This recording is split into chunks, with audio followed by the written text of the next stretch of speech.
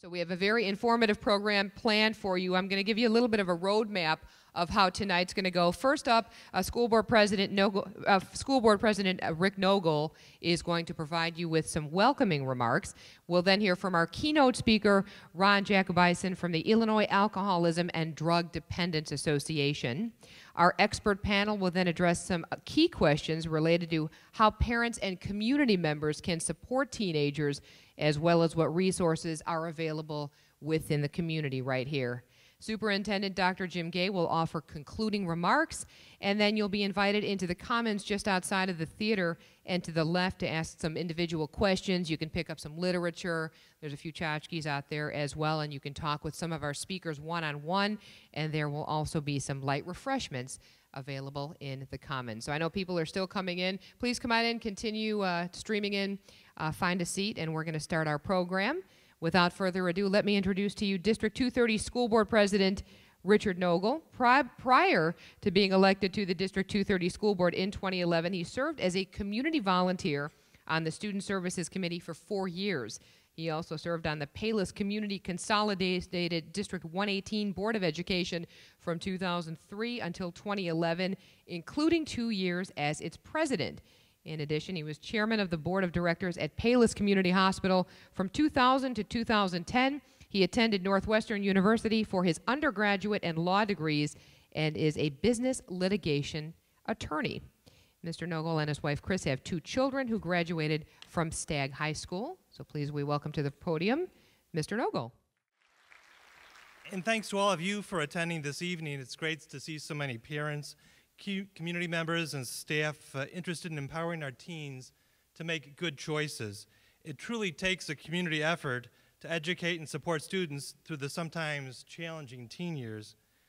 We should take a moment to celebrate and acknowledge what we've accomplished as a community, as exemplified by the 8,000 students who attend Stagg, Andrew, and Carl Sandburg high schools.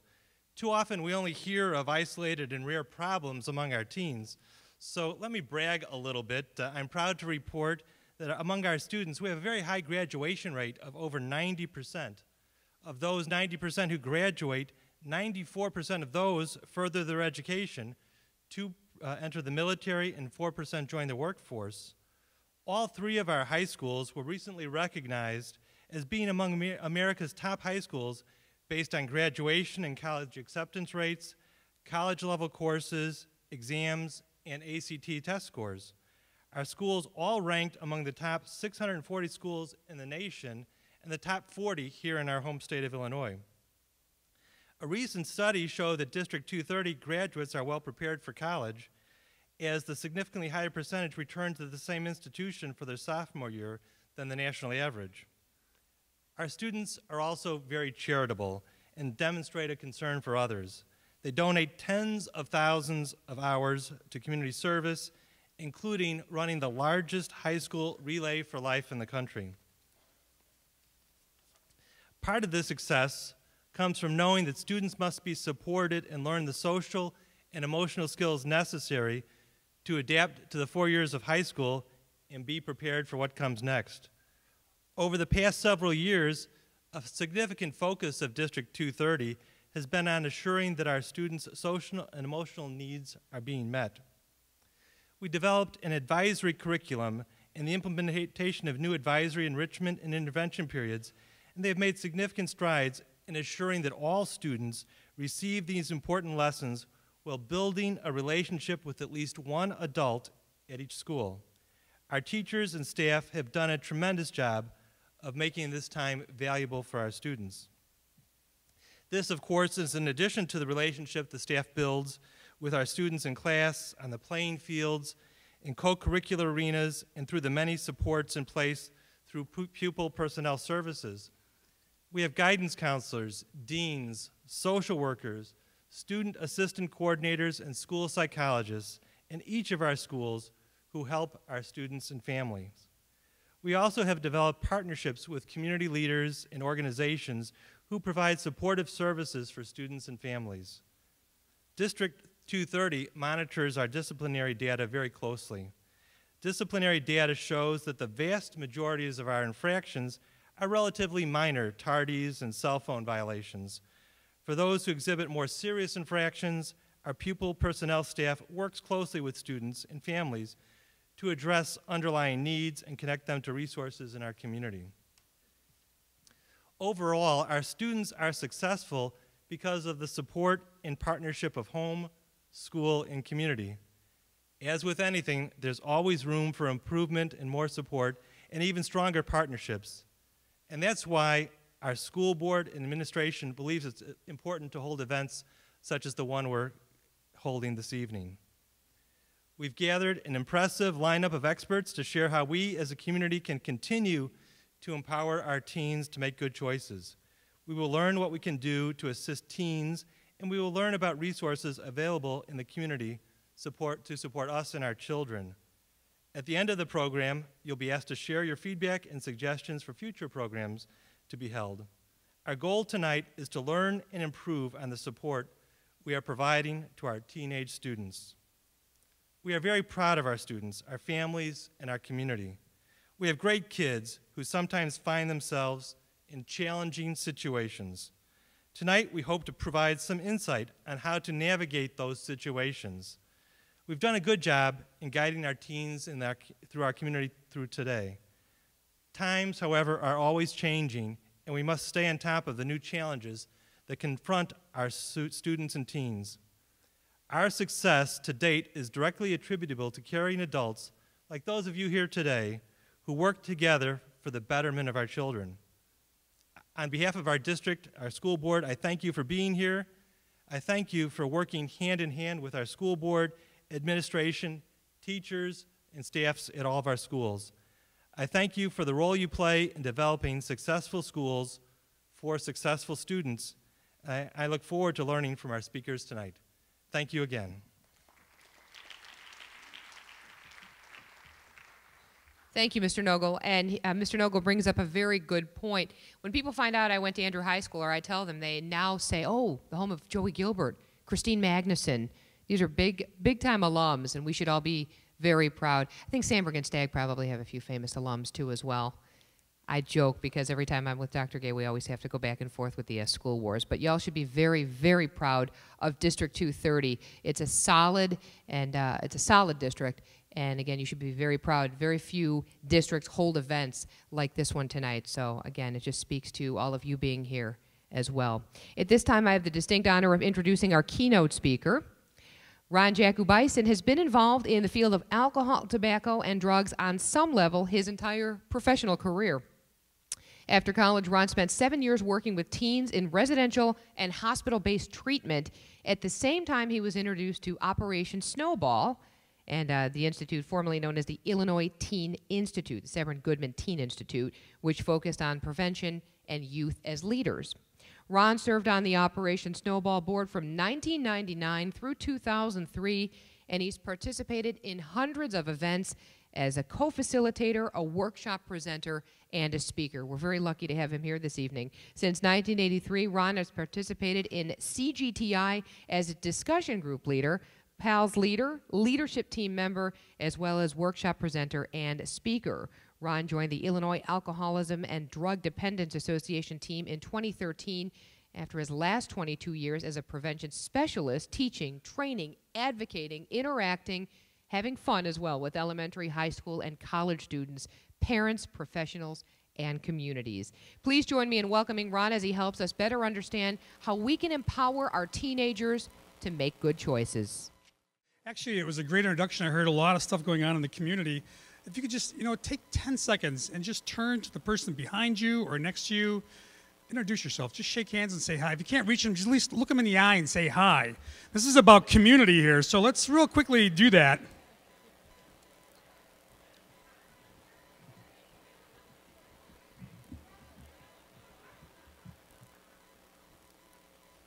Thank you so much. So it is about community, and tonight I think it's about talking about some of the things that we have, our common interests. So I kind of see my position here as sort of like the warm-up band, and sometimes warm-up bands, there's a better band coming, and we have some rock stars that are going to come up on stage in a little bit here, and really give you some expertise. But my job is really to sort of warm you up a little bit and talk about that. So it was a big, long bio, but just to let you know other things that I do in life. If you can see, there's some things on this list that are really important jobs. Kind of depends who you talk to. If you talk to my wife, she will tell you that list kind of works its way from the bottom up as opposed to the other way. So I do want to sort of put it in perspective. And I think that's what tonight is about too, is about putting it into perspective. I was looking on the website of the school district before and kind of snoop around and seeing what you guys have done, and I ran across a Prizzy, or a PowerPoint presentation by Dr. Gray, and it was talking about the S4 mission, at this district. And there was 3 things that popped into my head that I thought were really, really significant. It resonated with me. I thought we really needed to sort of hold on to this thought for our evening, is that, we honor the past, we embrace the present, and we create the future. And I think tonight is really about the present. And so when we talk tonight, when I talk a little bit about what I'm talking about, when the panel talks, I think I'm going to challenge the audience to keep that perspective in the here and the now. So, and it's important, especially when we talk about issues about making healthy decisions. We talk about alcohol, tobacco, drugs, stuff like that. It becomes very emotional, and so we have to sort of ground ourselves into that. So I have some ground rules for tonight, hopefully, that I'd like the whole audience to agree upon. First of all generalizations are false.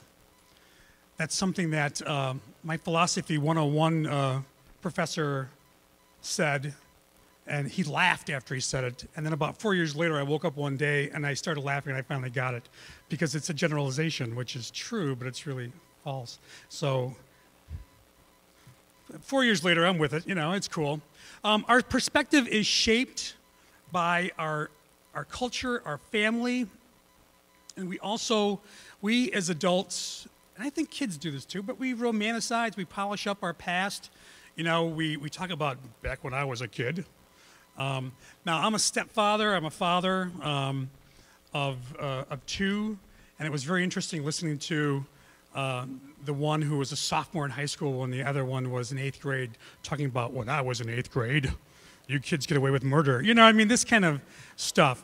So we do bring our family and our history with us. And so when we talk about things like alcohol, tobacco, drugs, we are naturally going to collide because we come from a lot of different worlds. We talk about how we grew up and how our parents taught us to do certain things. And so we have to be careful with that. And it's really interesting because it happens by accident, too. I have 4 brothers and 1 sister. I fall right in the middle. I'm so in the middle, I'm a twin. And his name is Don. And he's got a couple boys now. They're in their 20s. But when they were little, I was talking to him on the phone one night. I digress, but let me digress for a moment. So we're talking on the phone, and they're just being boys. And he yells at them and saying, "You guys need to knock it off, or you're going to lose TV for a month." And I was like, "Did you just say that?" And he goes, "Yeah." And I go, "Where'd you come up with that?" And he goes, "I don't know. It just came out of my mouth." And I was like, "You're turned into Dad." It was really like a funny thing. And it was a great, great laugh. And so let me digress here. Here's a family snapshot, 1974. There's Dad right there. And if you do notice, you can't see this, but there's a butt in his hand. He always had a butt in his hand. But yeah, 1974 camping, that's me right there with all the hair. I missed that. This is my twin brother right here, Don, fraternal. And I didn't realize until I saw this picture that my oldest brother is Lyle Lovett. I didn't know that. I had no idea. So it was really kind of quirky. And so I was telling my wife that I was going to be coming and doing this, and I said, "I'm going to tell a story about Don. It's hilarious." And she goes, "I don't think you should be doing that." And I said, "Why not?" And she goes, "Well, you're an apple too, buddy, and you don't fall far from that tree." And I said, "What do you mean?" And she goes, "Remember over the weekend, it was 78 degrees. I live in Springfield, Illinois. So this past weekend, it was 78 degrees. And I was going to mow the lawn. And I came out to mow the lawn, and she goes, you're not going to go out dressed like that." And I'm like, "But it's lawn mowing day." So, yeah, we had, so I don't know, is it genetics? I don't know. So we do, we do bring, we do bring our history of who we are. And I guess in some ways, maybe somewhere in my little talk, and maybe tonight, we will talk about like environment versus sort of like biology, because those two things play into each other. We do have biology, we do have brains, and we are biological people, and that plays into issues with alcohol, tobacco, and drugs, but we also, we live in an environment, and that plays an issue into it too. So back to my little rules here. The other thing too is nobody likes to hear like we're doing it wrong. And I find sometimes when we go to parent things, there is this little misperception that, well, if I go to a parent thing, I must not be a good parent, or I don't know what I'm doing. And it's really not about that. It truly is really about perspective. And it's really about, I think, sharing. Sometimes people say, well, we're just preaching to the choir. But I think the choir needs to learn a new song once in a while. And I think the choir needs to get up and celebrate. And all those great things I heard you guys talking about earlier about what goes on in this district, those are things that have to be celebrated to sort of rise to the top of all the good things that are doing. Because we as humans tend to look at what's going on negative first. And we'll talk about that as we move on through this. So these are my sort of rules of tonight. And I think the biggest thing we really need to realize too is that teens cite their parents as being the biggest influence. So there is a tool. I know that District 230 has used the tool, Illinois Youth Survey. I know that you guys have been involved with that.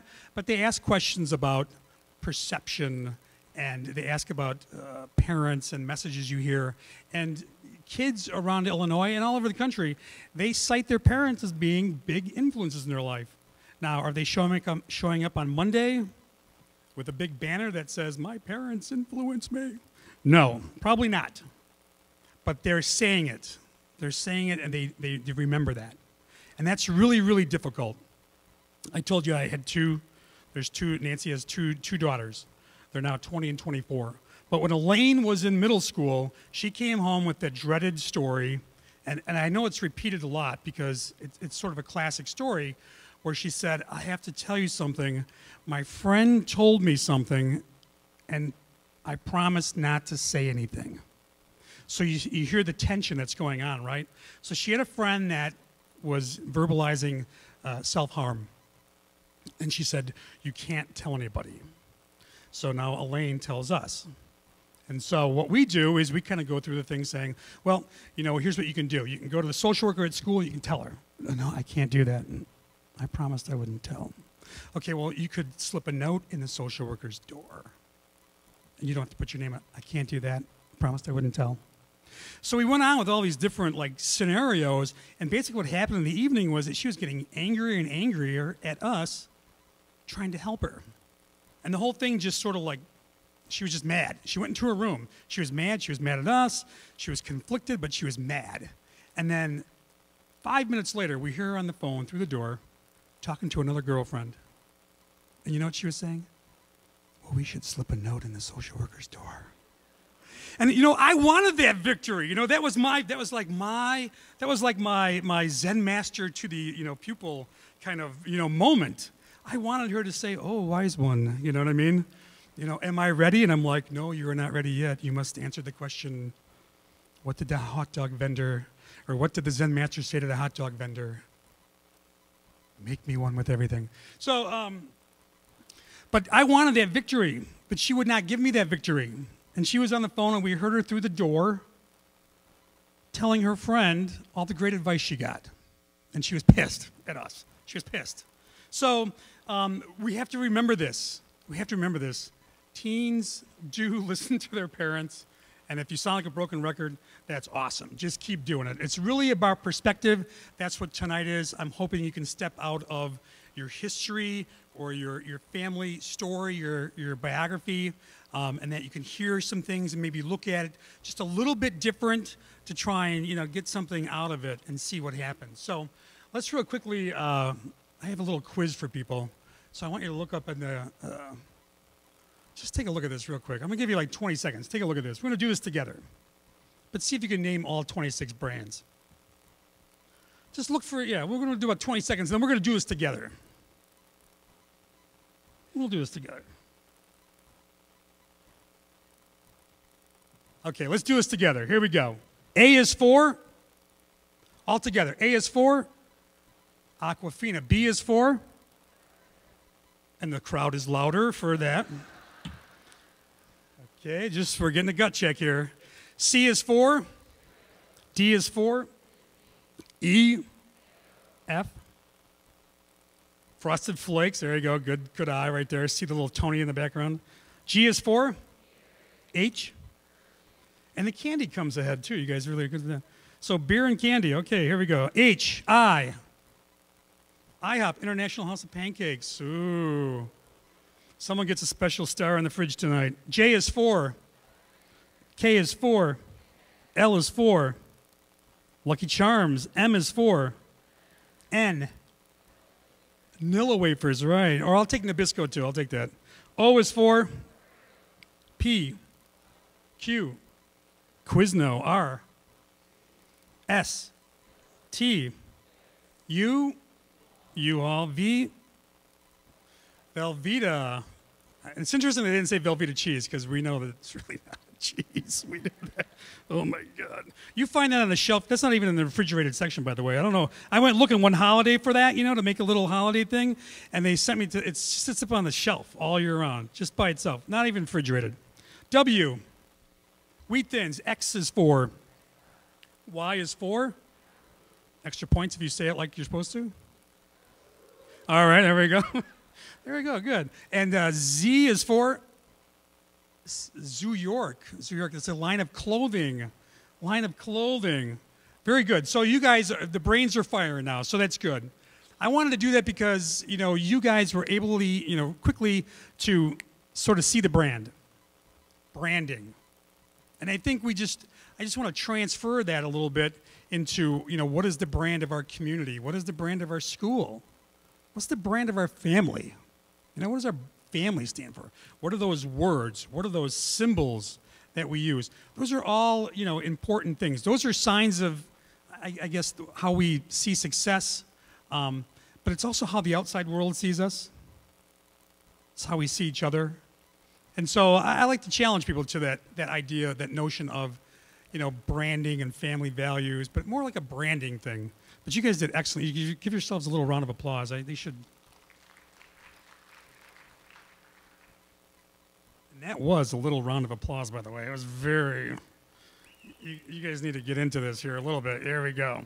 So I'm going to move through. Like I said, I'm kind of like the. I think I'm like the warm-up band, and so, you know, I'm trying to set the stage for tonight because there's going to be a lot of different panelists up here talking about some expertises. And, you know, I kind of want to, again, set the stage. But Stephen Covey, 7 Habits of Highly Effective People, identifies, you know, 3 things that happen when people are successful or people kind of on the upward spiral. And that is that people need to have skills, people need to have knowledge, and people need to have desire. And those are all brain-based activities. Those are all things that are related to brain development. And we can certainly know that, you know, stuff like knowledge, certainly brain thing. But we have to kind of look at desire, too. Desire, you know, desire is emotion. Desire is reward. It's making that connection. It's motivation. But one of the things that we don't do enough of, we don't recognize that emotion and desire is also a brain function, too. It is a brain function. So that's something I want to try and lay that perspective out tonight, too, is that the brain is a chemical being, and it regulates our emotions, and it not only helps us with skills and knowledge, but it helps us with desire. And so these 3 circles basically says that in order for someone to sort of keep going up the upward spiral of trying new things, being successful, they have to have each one of these particular things. Maybe not on an all equal level, but they have to have those things. So when I was a kid, I played hockey. I loved hockey. My older brother played hockey, so I was motivated. I had a desire to play hockey because he played hockey. I had very little skill, but I had some knowledge, and as I practiced, my skill bubble kind of went up to the top, you know? And so later on in life, as in now, I might have the knowledge, but my body doesn't have the skills anymore because my knees don't work the way they used to, my back doesn't work the way they used to. But I still have desire. I still have the desire to do that. So you can look at Michael Jordan and say, gosh, when he quit basketball, what was his problem? Well, his desire kind of waned, and he decided baseball. I love baseball. And what did he do? He joined the White Sox, right? And then what did he find out? He found out that, whoops. Wow, I went way too, he found out that, so sorry about that, wrong button. Yeah, he found out that he didn't quite have this. Strong desire, but not quite that. So we're not going to pick on Michael, but I want to lay that in the context about brain, that this is a brain thing. So I want to cover the brain a little bit here. So, you know, I heard the superintendent talk earlier about this right here, but this is really sort of like things that, you know, the school, oh my goodness, I'm so sorry. Speaking of brains. But social emotional learning, learning standards and curriculum, you know, move to academics and experiential learning to school success. But you can take this same model here and you can transfer it to the home, because that's what people do at home. You're raising your children to be social, emotional, learning creatures, and you have standards in the home. And maybe you don't have curriculums, maybe you do. You don't have curriculums, but you have guidelines and you have rules and you have things that have to be done. And through experiential learning, we kind of work on success. So, let's move forward here, talk a little bit more about context. I heard the academic performance here at the school, and that's one thing that I think is a, oops, I'm doing it again, a big concern. There we go. So Harvard did a little study in 2012, top 5 reasons for students not coming back to school or leaving college, or based on these reasons right here. Poor preparation, too much too fast as in too much freedom, or too much lack of guidance, too much partying, too much fun and not enough on the studies, a connectedness to the school or to the campus, outside stressors, could be anything from family divorce, girlfriend, boyfriend, relationship issues, and then money concerns. Again, when we raise our children from middle school to high school to whatever, these are all, I guess, all the skills, the social skills, the emotional skills, they sort of all lead down to this. And there are a lot of studies out there that talk about ACT scores. You know, people who with higher scores do much better at settling into school. They do much better at getting involved in school, understanding the resources in school. And so, again, we tie this back to, we do tie it back to the brain. So, the average teenage brain. I want to talk a little bit about the brain here. And here's one model that talks about the brain and the teenage brain. And some people couldn't relate to this, some might not be able to. But we sort of see where memory for chores and homework lies in that brain. And we also know where certain priorities fall. For example, with love, and there's TV that probably falls into like video games too. But we certainly see these things that happen. Well, it's being kind of silly here, but what we're really talking about is a real brain that, as it matures, is preparing for life. Now, here's the weird rub that happens that I think is kind of a misperception. When I was 18, this is what I kind of yelled about. I'm 18. I'm old enough to vote. I'm old enough to get married. I'm an adult. Why don't you guys leave me alone? I'm old enough. Why can't I drink? 21 years old. I'm 21. I can drink now. So history now, or not history, but science is saying that the brain is actually, it takes about 25 years to mature when the whole growth process is done. My wife is hoping for 55. That's her deal. But we're saying the average is like 25 years old. But that's what science is telling us now. So we have a lot of contradictions that are happening with, again, our own history of what goes on. When I was 18 years old, Wisconsin, you could drink at 18 years old. It was 18 years old. They were just switching over the rules and the laws. I grew up in Lake County, Illinois, the upper right-hand corner of the state. So to get over to Wisconsin was a pretty quick trip. It was 19 to drink beer and wine in an Illinois bar that year, and they were moving it to 21. So in 1980, they moved it to 21. So it's a very weird time. I mean, there's no rationale for that. I could drink beer and wine, but I couldn't have a mixed drink. Today's world, that wouldn't even make sense. It wouldn't even make sense. So let's look at the brain, and let's talk about this real quickly, and we'll get on with our program.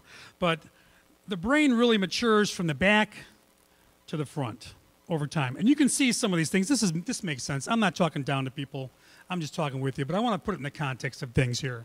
But we know that. We know that little kids, you know what I mean, perception, working with words, finding words, these are all things that are pretty like little kid kind of stuff. But as it matures, look at the thing that matures up in front, the executive functions, thinking, planning, organizing, problem solving. That is the issue that they're saying that really takes about 25 years old now, up to 25, for that front part of the brain to really finish with all of its growth and all of its processes. And some of those processes, they use the word pruning, saying that all the circuits in the brain that go on with little kids, what happens is the circuits that you use the most, the ones that you don't use the most, they kind of go away. They get pruned off. You're kind of lopping them off like a shrub. You're kind of taking off the side, but you're leaving the main stuff. And so if you have children who just play video games, well, then that's their main pathway for stuff. But children who can learn like instruments and a foreign language, best to do it in early adolescent and teens. The later it goes on, the harder it gets because of that pruning effect.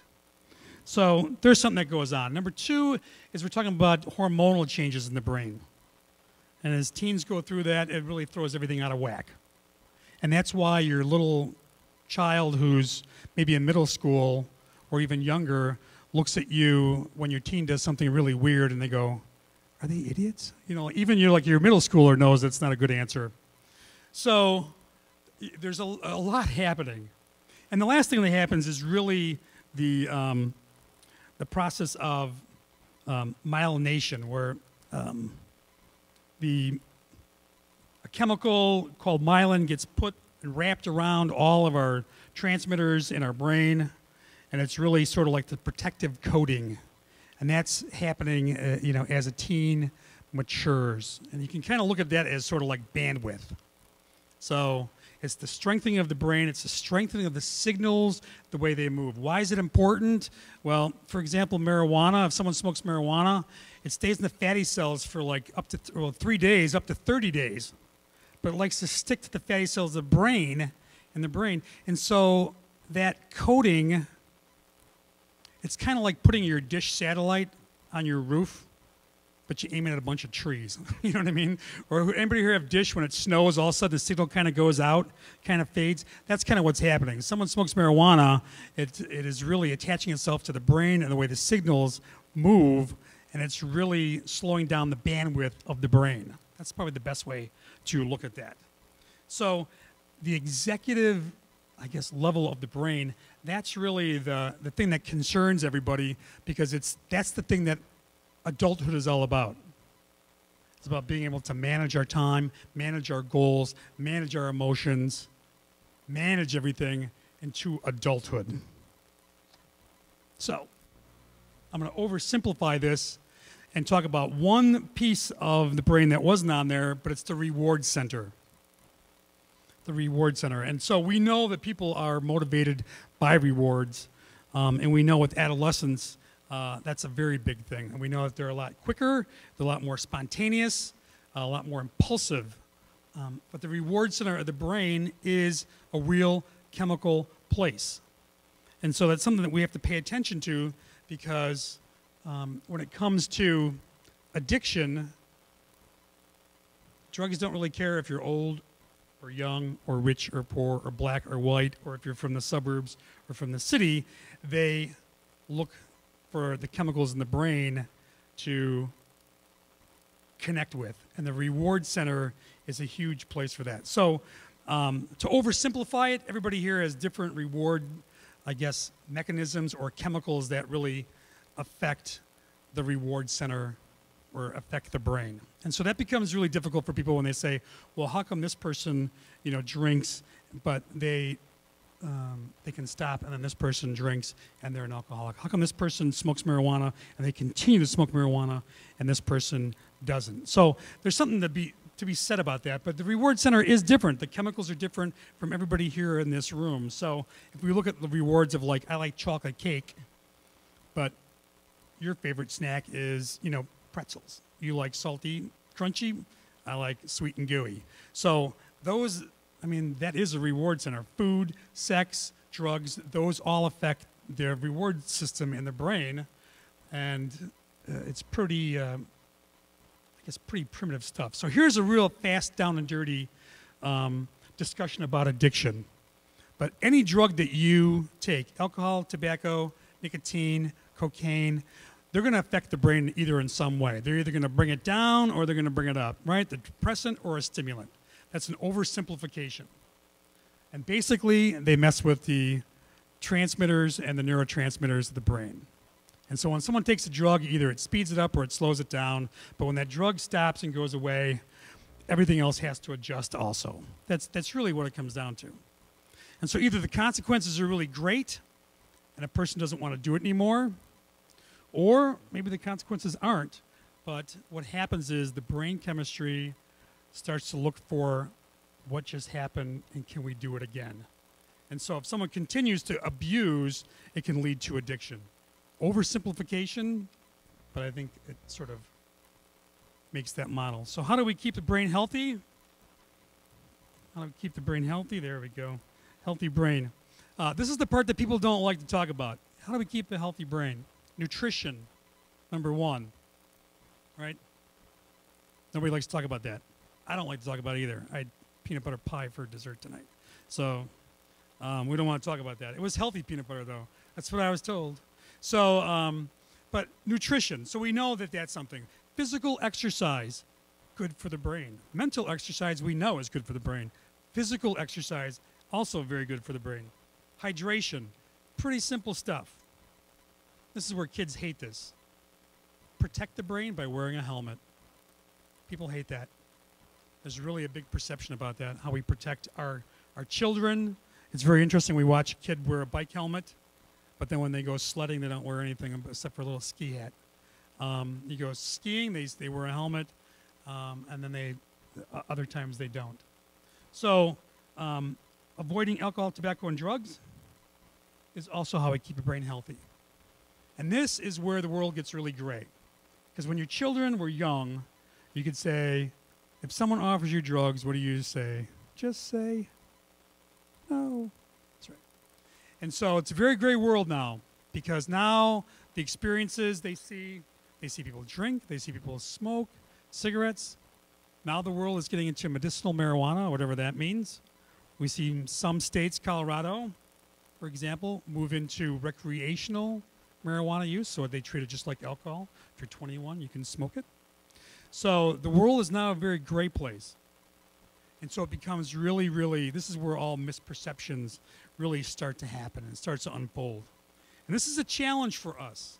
It's a very big challenge for, I think, for communities, for schools, and for parents to talk about that.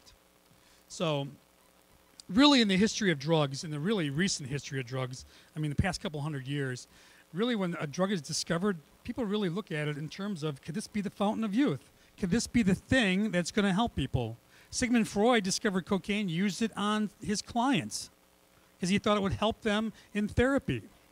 Around the turn of the century, 1900s, everything had opium in it. So you would, drink it to cure your lumbago, your backache, your stomach ache, your headache, your alcoholism. They used it for a lot of different things. So cocaine in the 80s, you can look it up in a Newsweek article. But when cocaine came around in the 80s, in the disco days, someone actually sat around and said, well, maybe this could be used for something, maybe it could be used for good. Maybe it could be used for something therapeutic. Ecstasy was the same way. Is there a therapeutic value for this? So this, I call it the fountain of youth theory, is like we always come up with this, wouldn't it be great to feel better, faster, without all the work? And the bottom line is this, the human brain is not meant to have mood-altering chemical. It's not meant to have drugs in it. It's not meant to have that. Your children are developing, brains are developing through youth. And so there has to be some sort of common, I don't want to use the word common sense, because again, I feel like I'm going to be preaching. But it's just very interesting. We know that like pregnant women shouldn't drink because their babies are developing. Well, those babies are developing until 25. So maybe that's a different perspective.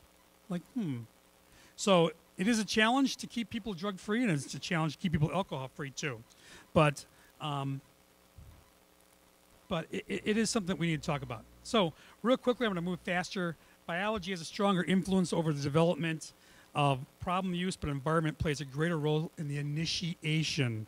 What does that mean? Well, I talked about biology before. And if we talk about biology in some ways, people don't get offended. You know, if I say, oh, yeah, I have an allergy. You know, I'm allergic to kangaroos. Well, don't go to Australia, you know. So we can kind of talk about that. But if we say, well, you know, there's a family history of alcoholism, there's a family history, you know, people get really kind of bothered by that, and they get kind of upset about that. And it becomes harder to fathom. It becomes harder to fathom. And so environment is really what we're talking about here. I think it's probably our big thing here is how kids transition through high school, they get a driver's license, you know, they become seniors, they become more mobile, then they go off to college. And that's the environment that we have to prepare our kids for. But it's a twofold thing. We really have to make sure we take care of our physical part of the children, but we also need to take a look at those environments. So how do teens perceive their environments? Well, that Illinois Youth Survey says that if teens perceive that parents allow it, or they're not going to do anything about it, or if there's not very many consequences, or it's not harmful, guess what happens? The use goes up. So it's something that we have to continue to be vigilant about, because teens are really, you know, it's a life of contradictions. Everyone does it. I don't do it. Everyone's going to be there. It's a life of contradiction. So, and what I mean by that is I want to be unique and I want to fit in. And that is a teen's world, is that contradiction of how do I fit in, how am I unique, and how does the world work? So that's me right there, by the way, just if you're really interested. My twin brother is right there wearing the leisure suit still, which we used to call, I don't know, do you guys know that term? We used to call them nose pickers. Those collars were nose pickers because they were so long that if the wind hit it, you could actually pick your nose with it. So that's what it was. But haven't we heard that contradiction? I'm not a kid anymore. Come on, give me the car. And you go, okay, you can have the car. You're going to pay car insurance. Oh, I'm a kid. Can't pay insurance. You know what I mean? There's that contradiction that happens all the time. And that contradiction does happen as youth start to assert themselves in the world. And it's very, very tough. Like I said, Nancy, Elaine and Emily, Nancy's two children, my children now, you know, their father was, he had a real tough time. He was an alcoholic. He was untreated bipolar. He's not a really good guy. I'm not here to judge him. He just had a tough thing. And I remember Emily being 18 years old and just, you know, and some kids, friends of hers, were already away at college. They were downtown in Loyola. And she said, I'm going to go down and visit them. And Emily is a person who was being treated for depression and for bipolar herself. So she was taking medicine. I'm not here to sort of lay out my laundry here, but the point is that when we said, okay, you're going to go down to Loyola, and it was the first time, you know, we're trying to like work this thing out, you know what I mean? And we're trying to work it out and let her go. And we said, well, you know, you can't drink. And she goes, well, everybody's going to be drinking, so I'll probably be drinking too. And we were just flabbergasted by it. We were flabbergasted. I said, Emily, you can't do that. You know you can't do that with the medicine. Even with the medicine, that's dangerous. That's dangerous. Anybody who takes any medicine that's related to, depression shouldn't be messing with that stuff. And she goes, I'm not going to be stupid. That was her reply. I'm not going to be stupid. And she even threw it out like, I'm not going to be like my dad, that's a very interesting, that's like this, it's a very emotional like dart she was throwing, because that really wasn't the point. The point is the here and now. Emily, the here and the now is this. You take a medicine, it's illegal, you're underage, we don't want you to do it. You know what I mean? We're trying to put her back into there, and she was trying to assert something else. She was really trying to assert something else. It wasn't even about the drinking thing. It turned out she didn't drink, or at least she said she didn't drink. So it's very interesting that's growing up and want to be unique and wanting to fit in, and then trying to sort of navigate those things. Real quickly, I'm going to throw out a photo.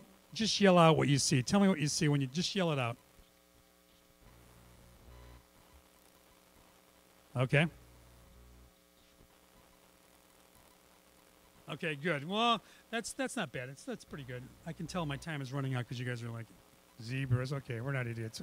Zebras. But really, what's interesting is that picture, the majority of that picture is not zebras. You know what I mean? You guys kind of pick the thing that stuck out the most. When I do this with kids, they will actually yell out red apple. So they see that thing that sticks out the most. And I want to talk a little bit, as I wrap this up and we move on to the panel, is just a little bit about sort of like our environment and how we perceive our environment, and talking about norms. That's really what how we sort of see the world. And so, like I said, we kind of pick that thing out that sticks out the most. And we focus on that. And really what happens with teens is that really does happen a lot. When you ask kids who use drugs in the school, they will overestimate the number of people who use drugs or drink in the school. And it's really based on maybe one or two incidences that is so dramatic that everybody's talking about that one incident. I don't know if that makes sense to you, but it's like, oh my God, did you hear about this? So-and-so got arrested for that. Great. What about the other 900 students? You're doing fine. I used to go into fifth grade classes, and I would come in right after recess, and they go, oh my God, there was almost a fight on the playground. I'm like, really? There was almost a fight on the playground? They're like, oh yeah, it was awesome. There was almost a fight. And I'm like, did anybody fight? They're like, no. I'm like, so you're excited about something that almost didn't happen? And they're like, yeah. I'm like, how many people made it to school? How many people were tardy in this classroom today? Nobody. They were all on time. Who turned on their homework today? Everybody. Who's getting along right now? Is anybody celebrating that? No. So we look at that context of the world, and when it comes to alcohol, tobacco, and drugs, we do that, and we do that in the media right now. We do that with, again, the issue, marijuana is a big issue, but they show that one little clip of a little old lady smoking a joint on a 30-second clip in the news, talking about how it's good for her, and then we're all talking about how medicine is how it's great, how marijuana is going to be a great medicine. So it's very interesting. I don't mean to, my boss is going to kick my butt probably, but it's very interesting. But the issues of medicinal marijuana are being laid out by the Illinois government. It's not being laid out by the FDA. It's really being laid out by your legislators. They're saying, yeah, we're going to do this medicinal marijuana thing here in Illinois. So to me, it's an interesting perspective. So sometimes we see the thing that sticks out. Sometimes we don't see it at all. Let's see. I'm going to wrap up with this little thing here. I think I can get this to play. No. I don't think I can get that to play.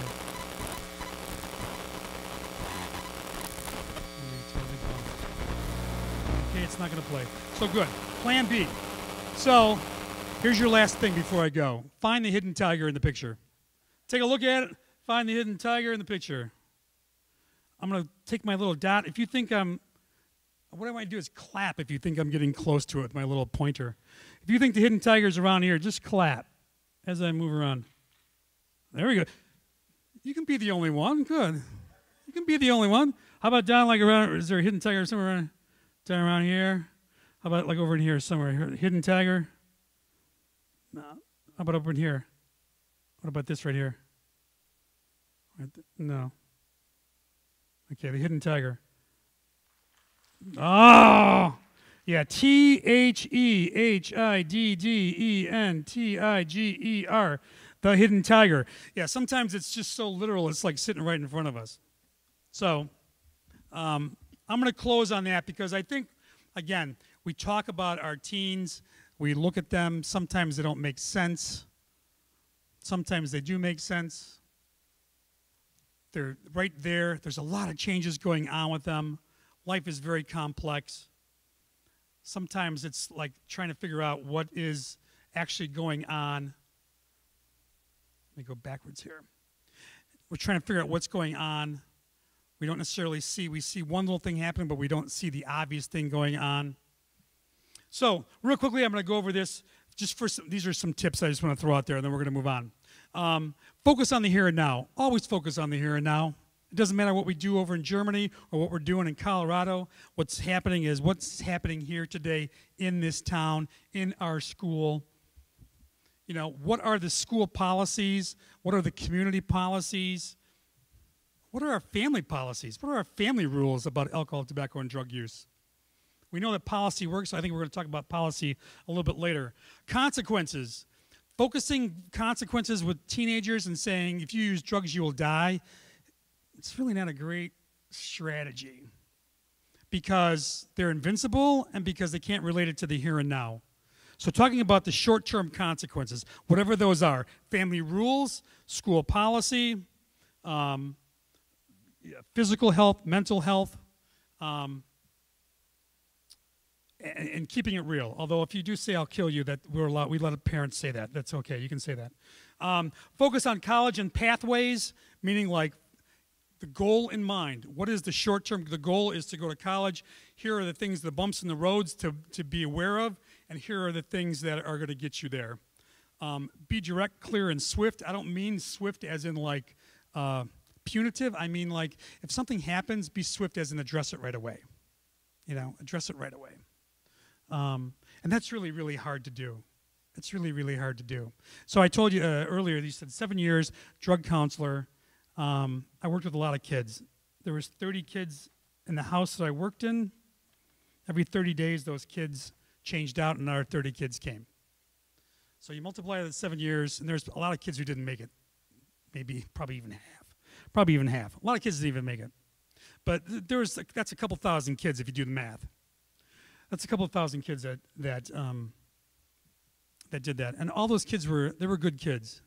They were good kids. There were kids who began using a chemical and didn't realize that it was going to affect their brain chemistry. They were influenced by somebody. They were taught by somebody. Remember Covey's 3 circles? Knowledge, skill, and desire. Yeah, they had a desire to try it because somebody helped them, inspired them. They learned how to do it. Maybe not the right way, but they learned how to do it. And there's consequences for that too. So those 3 circles kind of work if you're going to do something, I guess, make bad decisions in your life too. So I know I've kind of thrown a lot at you.